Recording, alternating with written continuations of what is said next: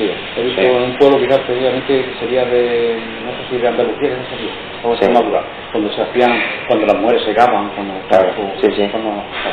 con la historia esa, y se y luego las matanzas, las fraguas de los guerreros, no se preparaban en las vertederas, los araos, los aperadores que hacían todas las cosas, las cangallas esas, las pedas de trilla. Sí, lo que es toda la tradición y eso, pero claro, y luego al mismo tiempo haber hecho estas cosas, ¿no? ¿Y aquí en las fiestas se hace alguna cosa rara? ¿Hay alguna tradición rara en las fiestas? No, aquí no. Aquí las fiestas son los toros. Sí, bueno, la montaña, que es una cosa que es lo único que se hace. Sí. Y a romper el puchero eso, o olla o barriles, eso. Una cosa tradicional así. ¿Cuándo es la fiesta aquí El 14 de septiembre. Una fiesta muy bonita, una fiesta que sí, muy buena, pero bueno, sí que aquí no quedan ya. No quedan. Lo único que era la cucaña, que sí que eso quiero. De aquí sí, de la cucaña no. Le pongo una paleta y no sé si 2.000 pesetas arriba.